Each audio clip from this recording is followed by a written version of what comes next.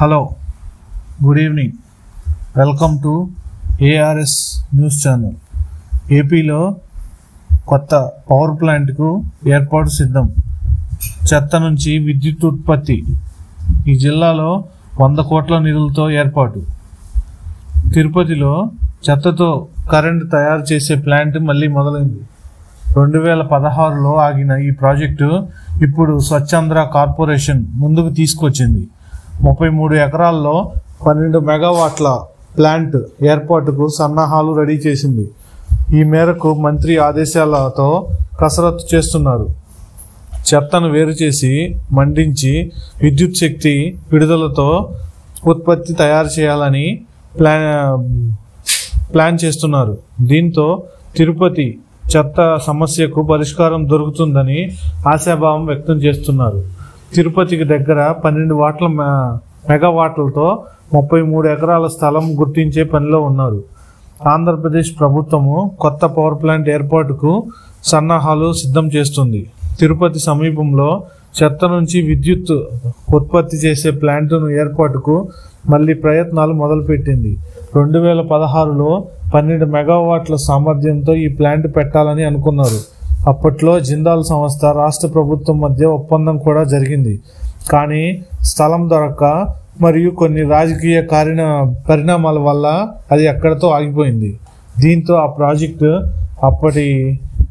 అక్కడితో ఆగిపోయింది.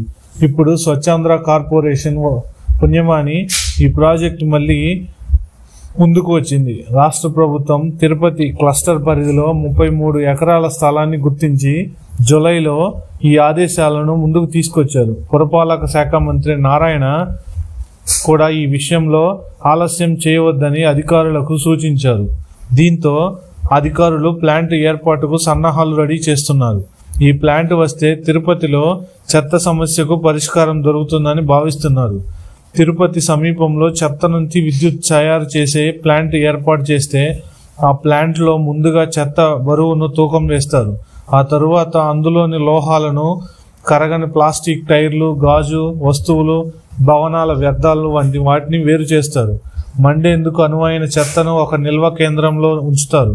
ఈ నిల్వ కేంద్రంలో 7 వేర్వేరు భాగాలుగా ఉంటాయి. ప్రతిరోజు ఒక భాగంలో చెత్త నిల్వ చేయడం ద్వారా దానిలోని తడి శాతాన్ని తగ్గిస్తారు. 8వ రోజున ఆటోమేటిక్ క్రెయిన్ సహాయంతో స్టోరేజ్ పిట్ నుంచి చెత్తను బాయిలర్లోకి పంపిస్తారు. బాయిలర్లో చెత్తను మండించటం వల్ల అందులోని నీరు ఆవిరిగా మారుతుంది. ఆ ఆవిరి శక్తిని ఉపయోగించుకొని విద్యుత్తును ఉత్పత్తి చేస్తారు. ఉత్పత్తి అయిన విద్యుత్తును బాయిలర్ పక్కగా ఉన్న స్విచ్ యార్డుకు పంపిస్తారు.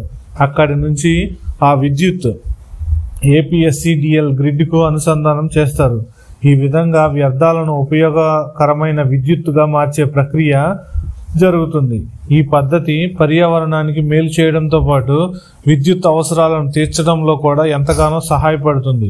చెత్తను వేరు చేయడం, నిల్వ చేయడం, ఆపై మండించి విద్యుత్ శక్తిగా మార్చడం ద్వారా విద్యుత్తును ఉత్పత్తి చేస్తారు. చెత్తను బాయిలర్లో కాల్చినప్పుడు వెలువడే వాయువులు ఫ్యూ గ్యాస్ క్లీనింగ్ పద్ధతి ద్వారా శుద్ధి చేస్తారు.